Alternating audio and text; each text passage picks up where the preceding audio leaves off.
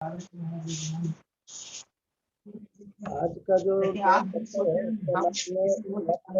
Organisation के लिए जो अकाउंट क्रिएट किया जाता है वो कैसे क्रिएट किया जाता है। Accounts for not for profit organisation आज के चैप्टर का ये लास्ट चैप्टर है।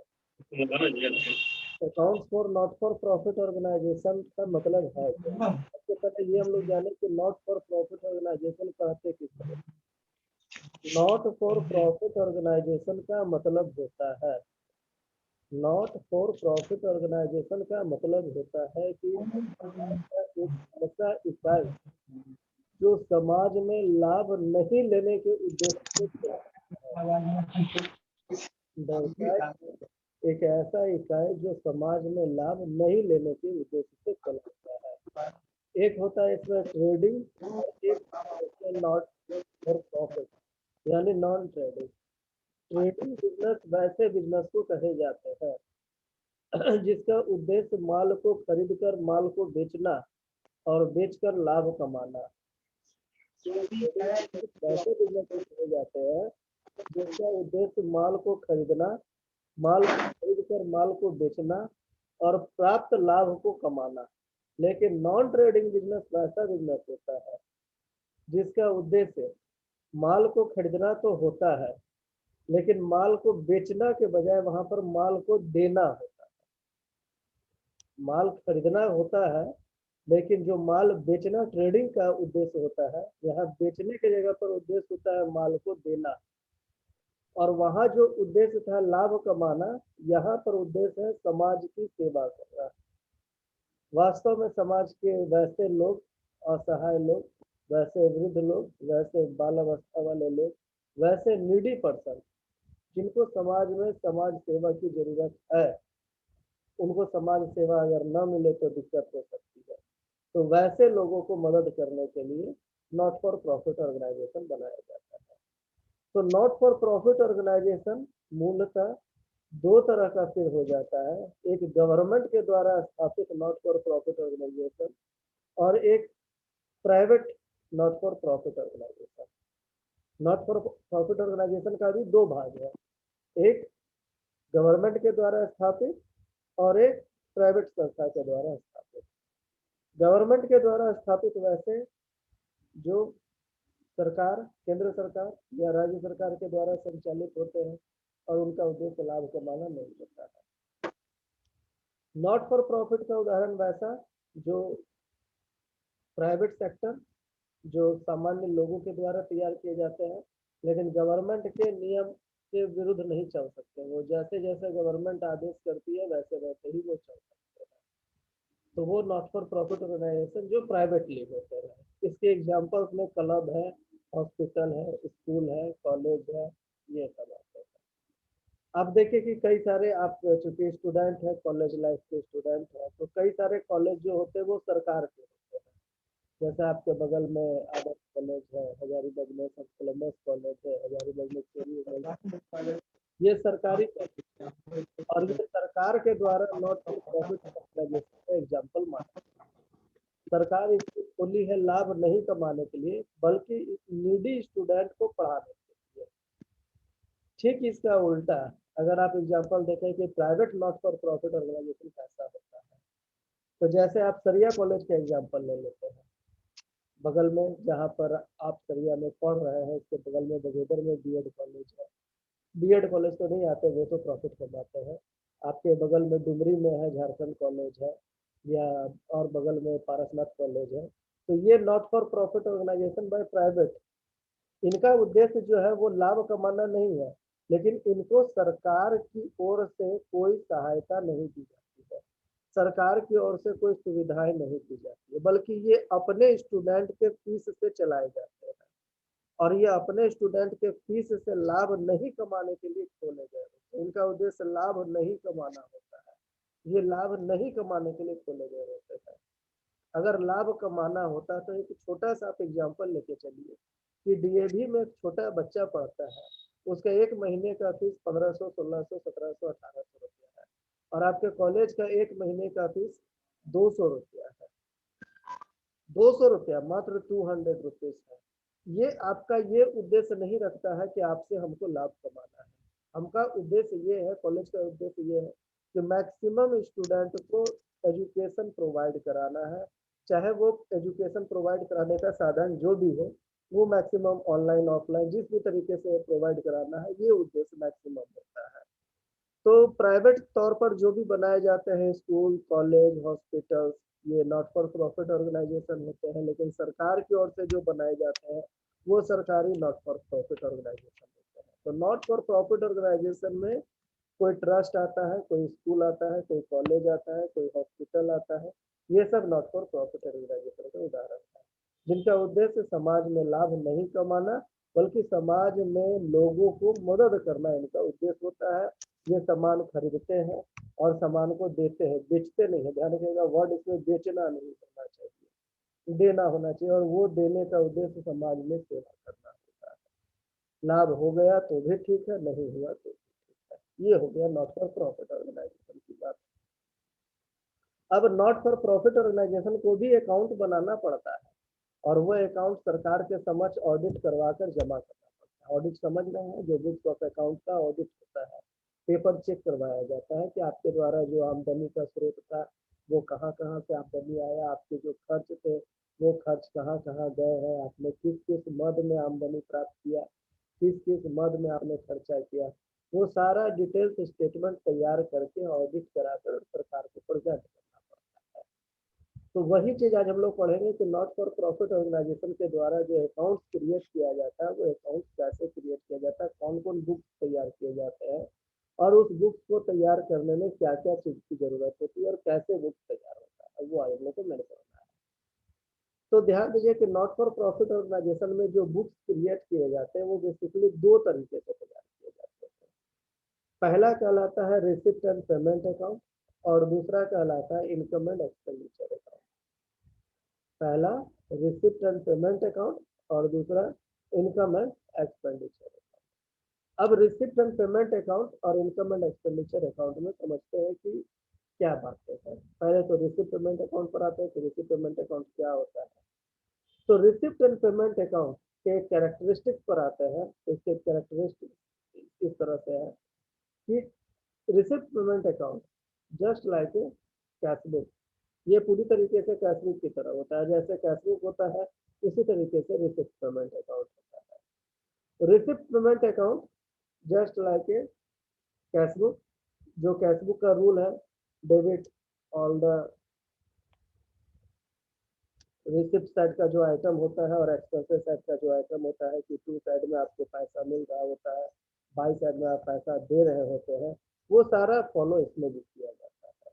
वो सारा रूल इसमें भी लागू किया जाता है कि टू साइड में सारे रिसिप्ट आते हैं और बाई साइड में सारे पेमेंट्स आते हैं। जहाँ जहाँ से रिसिप्ट हुआ है वो टू में, और पेमेंट जहाँ जहाँ हुआ वो सारा बाई में।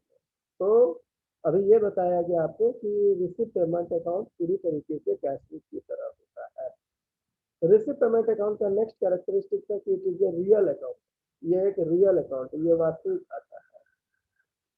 रियल अकाउंट का फॉर्मूला है debit what comes in, credit what goes out. उसी फॉर्मूला पर ये भी काम करता है, डेबिट में जितना पैसा आया वो, और क्रेडिट में जितना पैसा चला गया वो। तो debit what comes in and credit what goes out, इसी कॉन्सेप्ट पर ये काम करता है। ये हो गया सेकंड कैरेक्टरिस्टिक।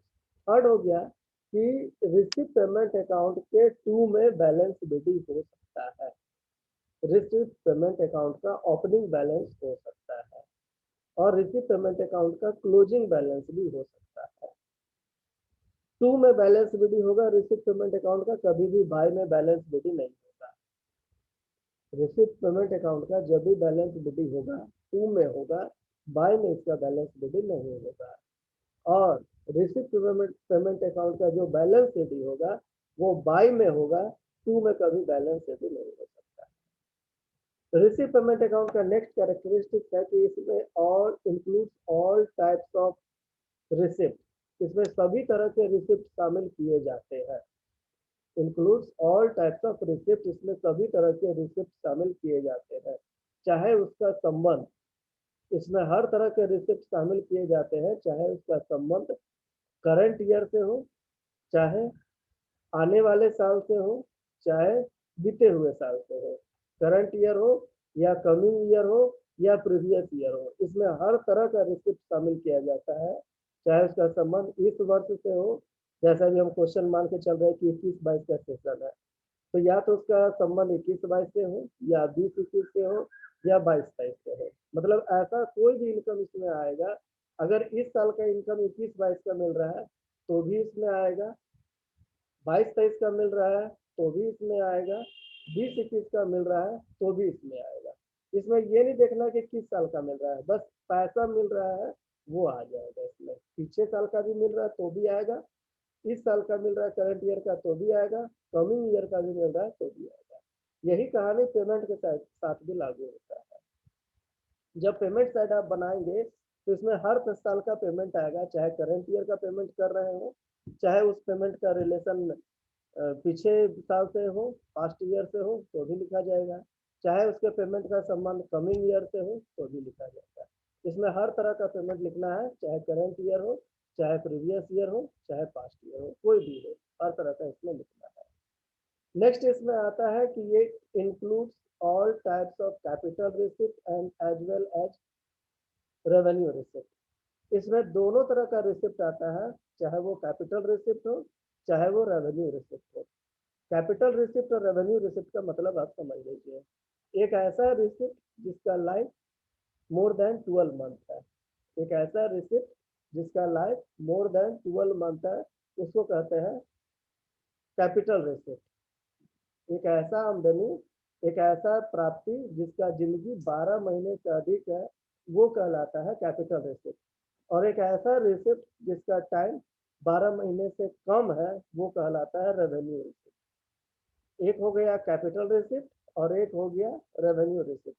तो इसमें दोनों आता है। अब जैसे अगर आप कहीं से लोन लेते हैं तो ये कैपिटल रिसिप्ट है, ये भी इसमें लिखा जाता है। अगर आप कहीं से लोन लेते हैं तो ये कैपिटल रिसिप्ट है, ये भी लिखा जाता है। कहीं से आप मोर्गेज पर लोन लेते हैं तो भी लिखा जाता है। कहीं से अगर आप ये कैपिटल फंड रिसिप्ट करते हैं वो भी लिखा जाता है, और कहीं से आप कमीशन रिसिप्ट करते हैं तो वो भी लिखा जाता है। इसमें दोनों चीज आ रहा है, कमीशन रेवेन्यू रिसिप्ट है वो भी लिखाया, रेंट अगर कहीं से मिला वो रेवेन्यू रिसिप्ट है वो भी लिखाएगा, अगर लोन लिए तो वो कैपिटल रिसिप्ट है वो भी लिखाएगा। मतलब इसमें ये नहीं देखना है कि ये रेवेन्यू नेचर का आइटम है या कैपिटल नेचर का आइटम है, इसमें सारे नेचर का आइटम रिसिप्ट साइड में लिखा जाता है। और ठीक उसी तरीके से पेमेंट में भी इसमें हर तरह का पेमेंट लिखा जाता है, चाहे वो कैपिटल नेचर का पेमेंट हो, चाहे वो रेवेन्यू नेचर का पेमेंट हो। रेवेन्यू नेचर का पेमेंट का मतलब जिसका रिलेशन 12 महीने से कम का है वो रेवेन्यू नेचर का है, जिसका रिलेशन 12 महीने से अधिक का है वो कैपिटल नेचर का है। तो इसमें दोनों नेचर का आता है, चाहे वो कैपिटल नेचर का हो, चाहे वो रेवेन्यू नेचर का हो। इससे कोई मतलब नहीं है कि हमने कौन सा पेमेंट किया। जैसे अगर हम मान लीजिए कि अपना स्कूल या कॉलेज या हॉस्पिटल रेंट पर चला रहे हैं, तो रेंट पर चला रहे हैं, तो रेंट पर अगर आप चला रहे हैं तो इससे क्या होगा कि रेंट पर अगर आप चला रहे हैं तो रेंट देना पड़ेगा, और रेंट आपका रेवेन्यू पेमेंट है, तो इसमें रेवेन्यू पेमेंट भी लिखा जाता है, इसमें रेवेन्यू पेमेंट को भी लिखना पड़ता है। लेकिन अगर आप लैंड परचेज कर रहे हैं, फर्नीचर परचेज कर रहे हैं, एसेट्स परचेज कर रहे हैं, तो ये कैपिटल नेचर का पेमेंट है, जिसका जिंदगी 12 महीने से अधिक है, तो वो भी इसमें लिखा जाता है। मतलब ये नहीं देखना है कि इसमें जो पेमेंट आप लिख रहे हैं उसका रिलेशन 12 महीने से कम का कि 12 महीने से ज्यादा का। ये it includes all types of payment whether related with current year और कमिंग ईयर और प्रीवियस ईयर, और कैपिटल नेचर और रेवेन्यू नेचर, जिस भी तरीके का है सब इसमें शामिल किया जाता है। नेक्स्ट है इसमें कि it can not include any types of adjustment. Receipt payment account में किसी तरह का एडजस्टमेंट नहीं होता है। जैसा आप पीएल अकाउंट में देखे थे कि एडजस्टमेंट होता था, इसमें कोई एडजस्टमेंट नहीं होता है। ना इसमें डेप्रिसिएशन आता है, ना इसमें आउटस्टैंडिंग आता है, ना इसमें प्रीपेड आता है, इसमें ऐसा कुछ भी नहीं आता। तो ना आउटस्टैंडिंग होगा, ना प्रीपेड होगा, ना डेप्रिसिएशन होगा, ना इनकम रिसिप्ट इन एडवांस होगा, ना एप्रिसिएशन होगा, ऐसा इसमें कुछ भी नहीं होगा। इसमें कोई तरह का भी एडजस्टमेंट नहीं होता है, इसमें किसी तरह का एडजस्टमेंट नहीं लिखा जाता है, ना आउटस्टैंडिंग, ना प्रीपेड, ना एडवांस, कोई भी नहीं। नेक्स्ट आइटम है कि इसमें रिसिप्ट साइड जो है वो हमेशा ज्यादा होगा पेमेंट साइड की अपेक्षा। रिसिप्ट साइड जो है वो ज्यादा होगा अगर जोड़ेंगे तो रिसिप्ट साइड का अमाउंट ज़्यादा होगा पेमेंट साइड की अपेक्षा। या दूसरा बात ये हो सकता है कि रिसिप्ट साइड बराबर हो सकता है पेमेंट के, रिसिप्ट साइड बराबर हो सकता है पेमेंट के। अगर आप देखेंगे ध्यान से तो इसमें यह भी हो सकता है कि रिसिप्ट जो होता है वो पेमेंट के बराबर हो सकता है। यानी कि अगर हम पूरे संस्था में साल भर में 10,000 रुपया रिसिप्ट किए हैं तो 10,000 हम पेमेंट भी कर सकते हैं। तो रिसिप्ट ज़्यादा हो सकता है पेमेंट के। अगर 11,000 रिसिप्ट किए हैं तो हम 10,000 पेमेंट कर सकते हैं, लेकिन रिसिप्ट कभी भी कम नहीं हो सकता है पेमेंट से। रिसिप्ट कभी भी कम नहीं हो सकता है पेमेंट से। जब भी होगा रिसिप्ट पेमेंट के बराबर होगा या रिसिप्ट ज़्यादा होगा। लेकिन अगर आप ये सोचते हैं कि रिसिप्ट कम हो जाएगा और पेमेंट ज़्यादा हो जाएगा तो ये नेवर पॉसिबिलिटी है। तो ये सब कुछ कैरेक्टरिस्टिक्स हो गए रिसिप्ट एंड पेमेंट अकाउंट के। जस्ट इसके हम लोग उल्टा चलते हैं इनकम एक्सपेंडिचर अकाउंट। उसका कैरेक्टरिस्टिक्स क्या है? इनकम एक्सपेंडिचर अकाउंट जो होता है वो पूरी तरीके से नॉमिनल अकाउंट होता है। जैसे नॉमिनल अकाउंट का फॉर्मूला है debit all the expenses and losses, credit all the income and gain. वो सारा फॉर्मूला यहाँ पर भी काम करता है।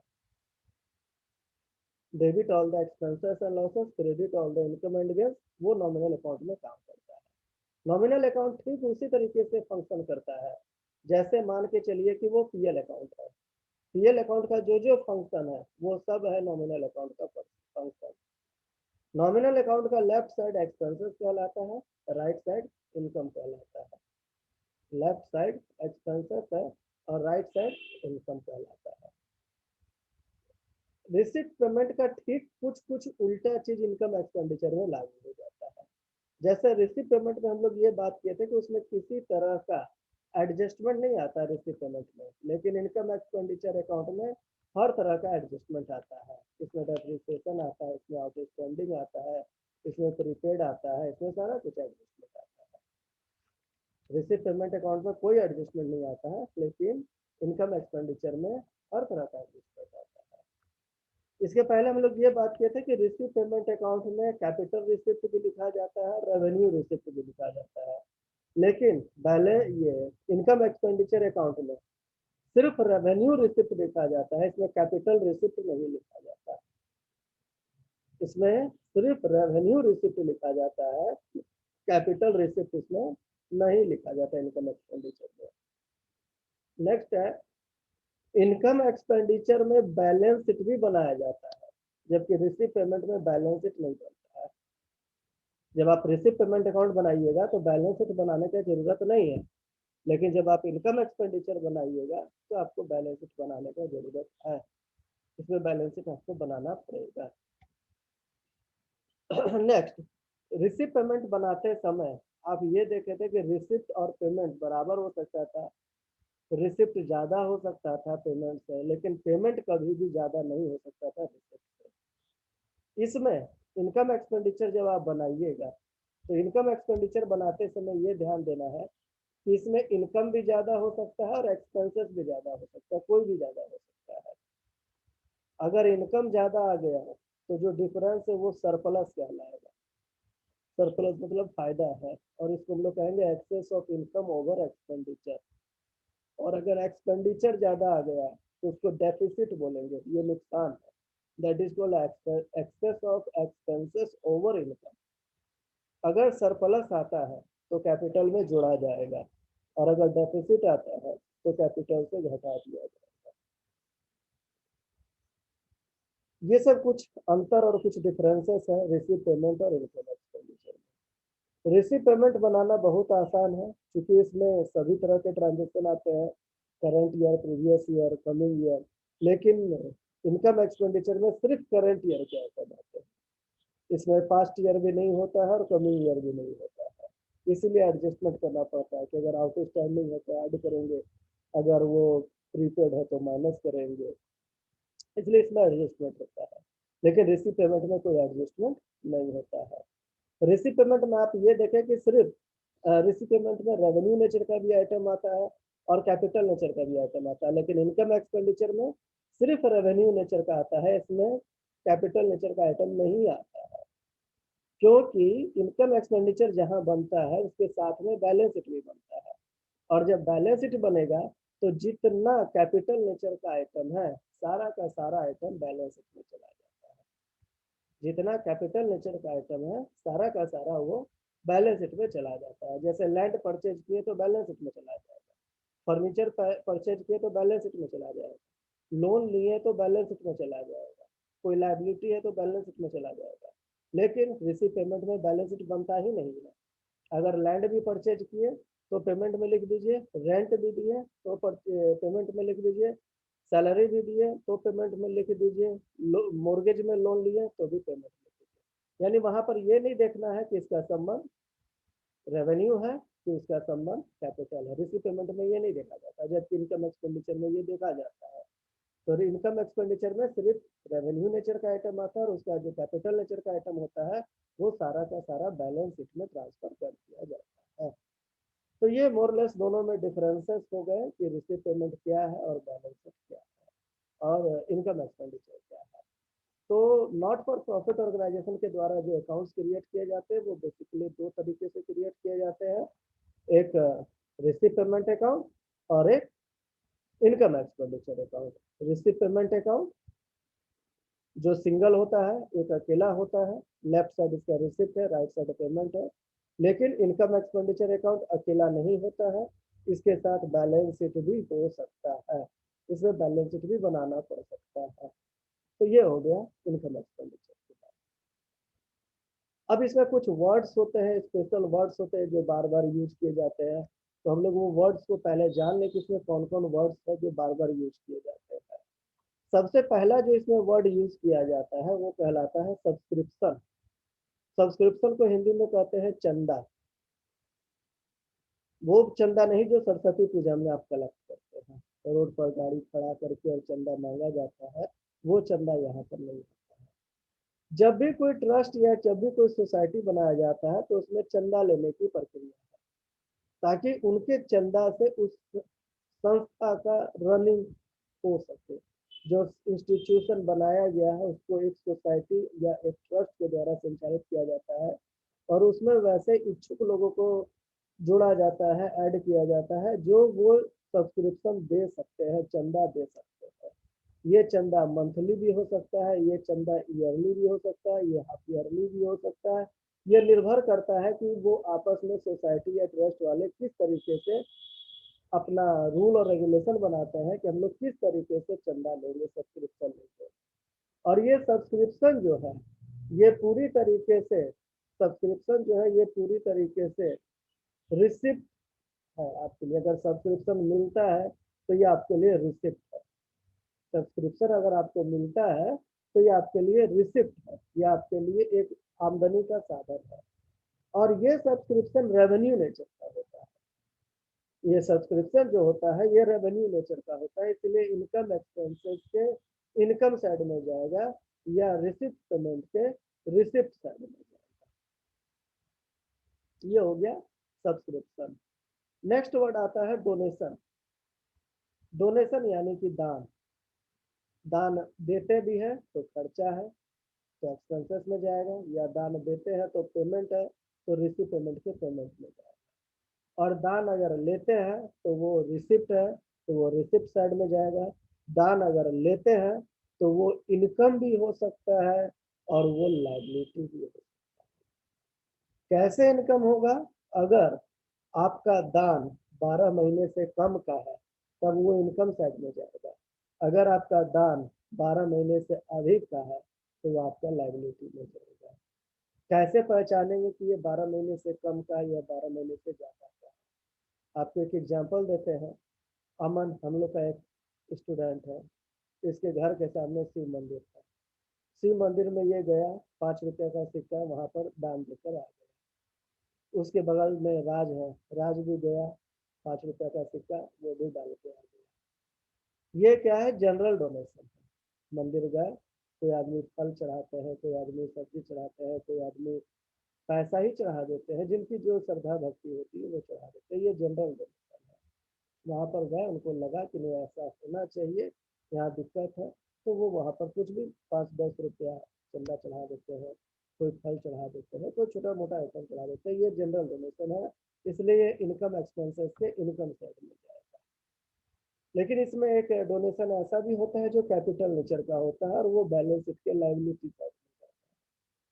तो बैलेंस शीट के लायबिलिटी में जाने वाला ये डोनेशन कैसा होता है, हम ठीक इसी एग्जांपल को लेकर चलते हैं कि अमन के घर के सामने एक शिव मंदिर है और शिव मंदिर में कोई एक ऐसा भक्त गया जिसको ये दिखाई पड़ा कि वहाँ का जो सामने का गेट है वो थोड़ा टूटा हुआ है और उस गेट से क्या होता है कि कुत्ता उत्ता रात में घुस जाता है मंदिर के अंदर में।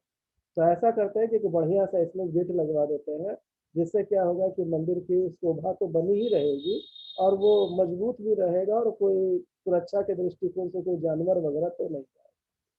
चोर तो जल्दी मंदिर में नहीं जाएगा, लेकिन कोई जानवर जो होता है वो उतना बुद्धि वाला नहीं होता है, उसको नहीं पता है कि मंदिर में हम पेशाब कर रहे हैं कि बाहर रोड पर कर रहे हैं, वो जहाँ भी जाएगा घुस जाएगा और जहाँ जो पाएगा वहीं कर देगा।